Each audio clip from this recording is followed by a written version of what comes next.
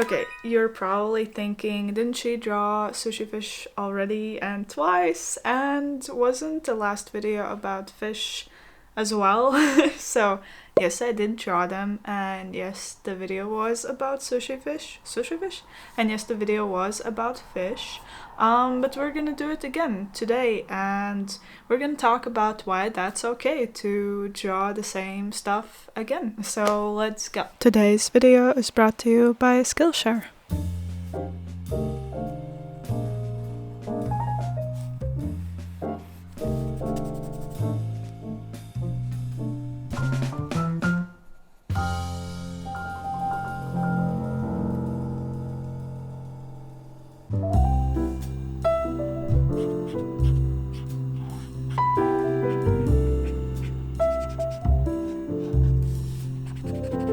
Hey guys, today I want to talk about something that's always on my mind, especially now or recently, and it's the pressure of constantly creating new things.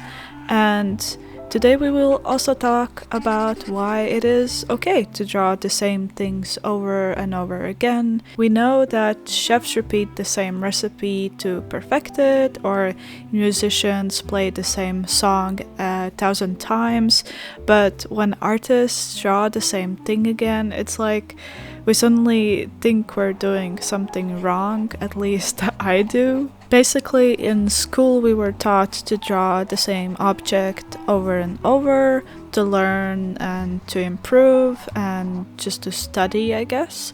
But at the same time, we were also told to be original, and this originality had to be there always.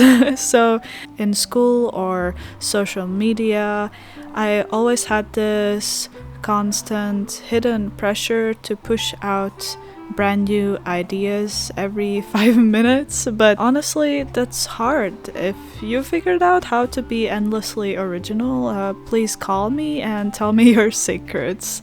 But yeah, sometimes I sit at my desk for hours, just trying to figure out or trying to come up with something new, something fresh, and when I finally do, I go online on internet or anywhere and find out it's already been done, and that kind of hurts. But it's just because we live in this world that is constantly overflowing with ideas, and it's so saturated with so many things, and that kind of makes originality rare. But we do have some good news. Even if something's been done before, no one can do it your way, and that's amazing, you know? You are already the uniqueness. Your version has value. Some people will connect with your ideas more, or like somebody else's idea more. You never know. There's so many people out there. And just to be clear, I'm not talking about copying. That's a whole other topic. I'm just talking about similarities or patterns, familiar themes.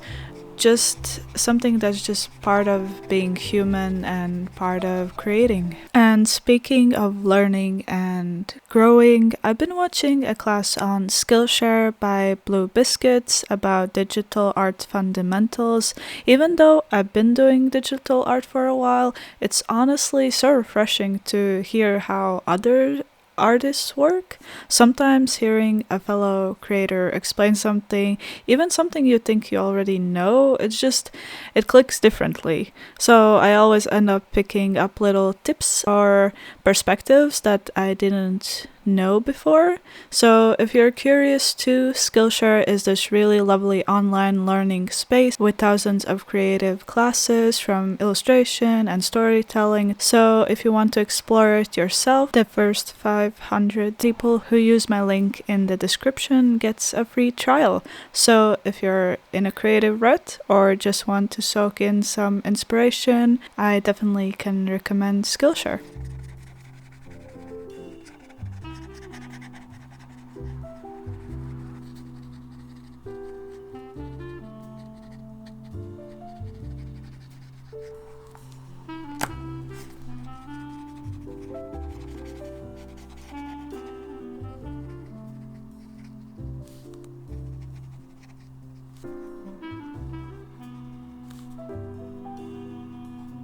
So maybe you've been wondering how to find your art style, and drawing the same thing is actually one of the best ways to figure it out. When I look at how I used to draw my sushi fish versus now, the tools and the shapes and the colors, it's so fun to see how much they have changed over time. And your style doesn't have to come out all at once. It kind of evolves, and it evolves naturally. You can't really force it, and it also evolves through repetition. So when I first drew my sushi fish, I was doing completely different things.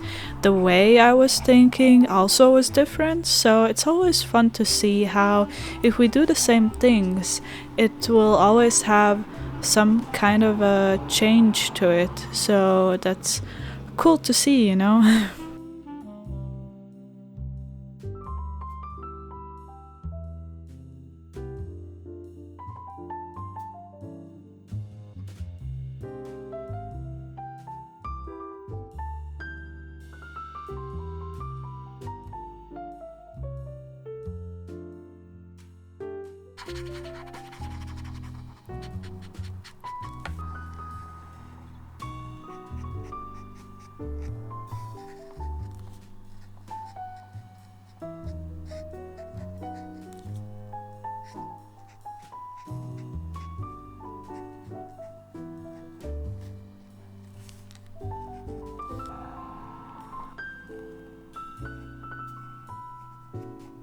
Okay, and honestly, who said we can't draw the same thing again? Literally no one. Just my own brain trying to trip us up. So there's this weird guilt sometimes that I have, and it's just saying, make something new. I should make something new, or I guess not new, but unique. And I've been trying to push through that because I love drawing stuff again, especially sushi fish. They bring me joy, they let me experiment, and I mean, who doesn't love sparkly eyed fish with weird little sushi bodies? But yeah, it's just, I don't know. I've been struggling with this whole concept of uniqueness that I somehow got lost into the creative or creating process. So this is something that I really need to work on. So yeah, and another thing that I need to remind myself is that people won't get bored of it, hopefully. In fact, sometimes they probably come back just for that thing. I've had people tell me that they want more sushi fish, that they loved the keychain I made from my sushi fish. That was one of the first sushi fish that I made. And speaking of that, I actually have a tiny little plug or an announcement. Why is that so hard to say? But on April 27th, I'm doing a shop update, and there will be lots of new sushi fish stuff. Even these guys will be there, and there's gonna be an updated sushi fish keychain, which I'm so excited about. If you want to grab one or just see what's new, mark your calendars, or you can also sign up for the email newsletter. Be the first in line so that you don't miss anything. And it's gonna be one of my biggest shop launches yet, and I hope it's not gonna be too chaotic because I'm also moving soon, so we'll see how that goes.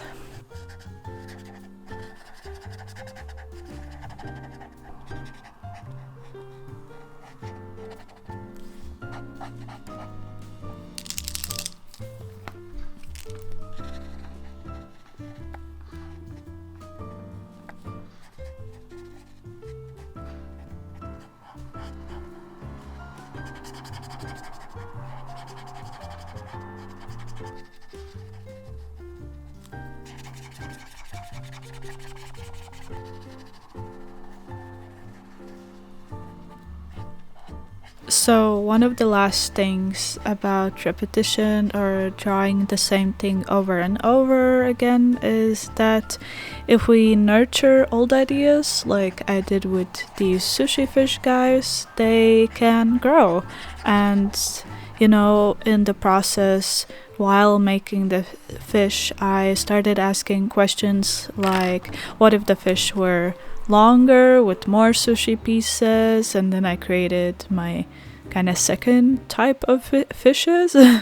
Or what if I added ingredients like the leek here that aren't always in sushi but still work visually? And now I'm imagining this whole world. For example, the little caviar guys, maybe they're the babies and they sit on the fish's back like tiny travelers close to their parents, but also visually they look like garnish, but they're family. So it's kind of turning this whole concept into a story, and that's super wild to me, all from just drawing the same thing over and over again. But I just love the creativity, so this love is giving nourishment for the ideas. I don't know how to explain it better, but it's just cute to see these things grow.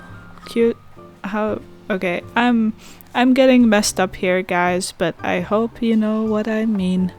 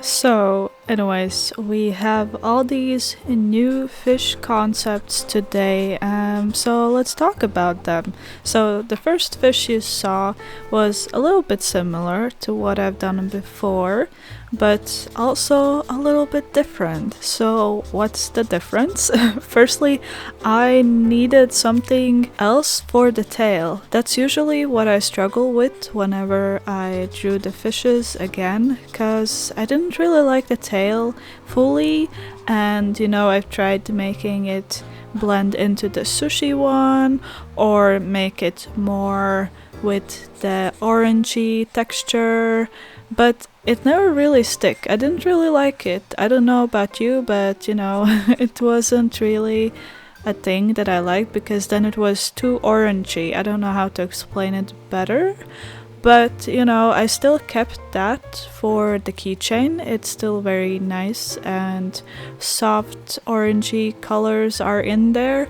But this time I knew that I wanted more colors. So the best I could figure out is something that could be green, because that could work well with the oranges. Oranges? Well, we're not putting oranges here, but the orange color, the yellow colors and tones.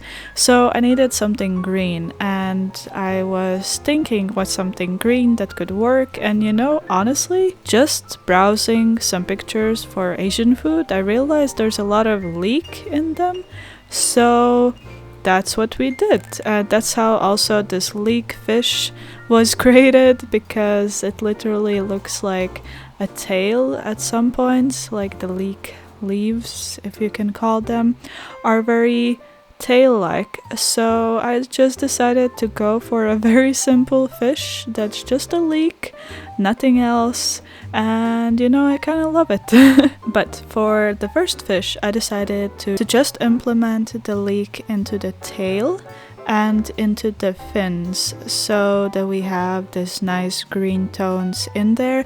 Plus, you know, when you cut the leek, it also has this kind of stem part that could go well with this whole cut sushi fish concept, you know, because in a way we are making them make sense, but they're still separate parts, you know, so that kind of worked well. So yeah, that's what I did. I also changed the faces, and not really the shape, but just the way I paint them.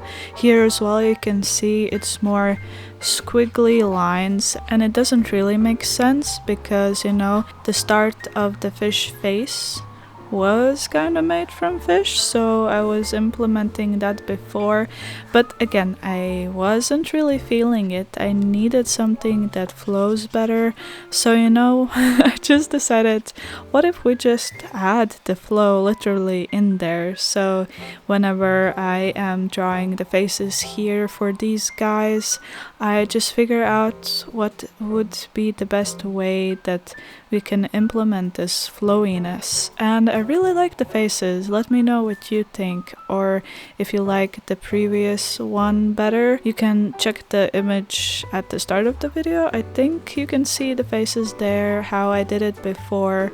But I do like this version more. I just think it flows better. Also for the rice, the first fish, I realized I didn't really draw the rice how I wanted, and also I didn't use the tones that I wanted, so I had to change that, and with the second fish I tried to do it differently and I actually liked it better, so that's why I did the same thing here. And for this one I decided that the leek part should be lighter, because not that I didn't like the leek being darker, and it's usually like that, but here I just felt that the lightness could bring it out more a bit better, that the tones of the salmon, because usually that's what I draw, that the salmon color could pop out more and not be taken away from the dark parts of the leek.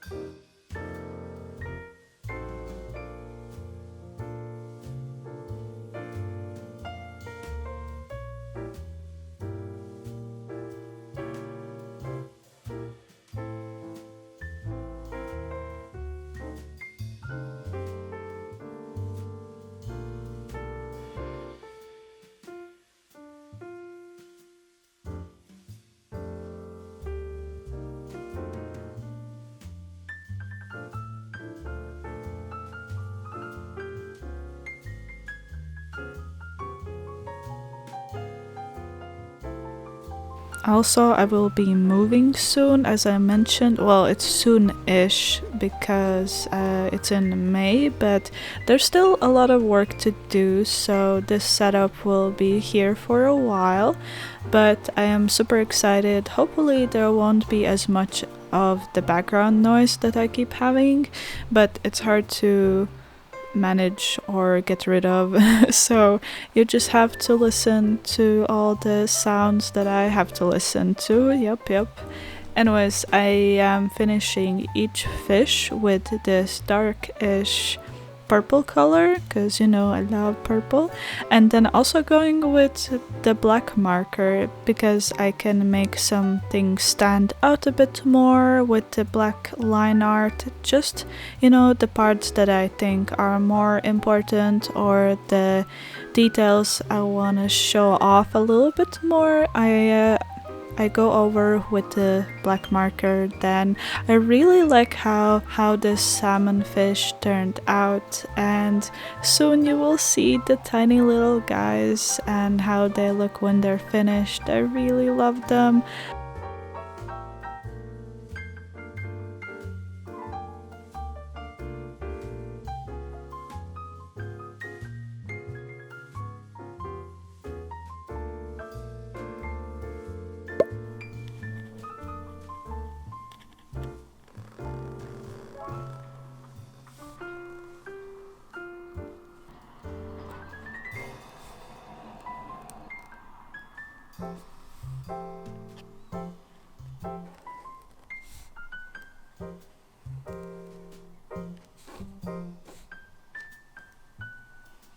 Yay, it's finally the little guys, and I love them. They're just so cute and tiny, and I decided for their design to add the leek tail already, and I just had fun with making them have different expressions. I also changed out the purple pen because now it isn't the acrylic marker but the pen that I have, and I love it. It's really nice for details because you know the little guys are super tiny. We drew fish again even though I drew fish last time, or the last video is about fish. And it's probably not gonna be the last time we are drawing them, and that's okay. Not every drawing has to be groundbreaking and new. It just has to be something you enjoy, something that comes from the heart.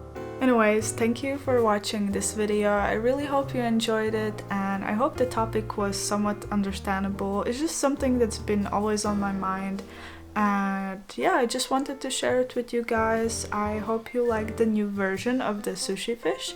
I think my favorite are the little guys, and I love how I incorporated them with the sushi fish, that they're like garnishes on top. But yeah, thanks for watching, and I will see you next time. Bye! Hold me tightly like I was there, and whisper softly in your ear that everything is gonna be alright.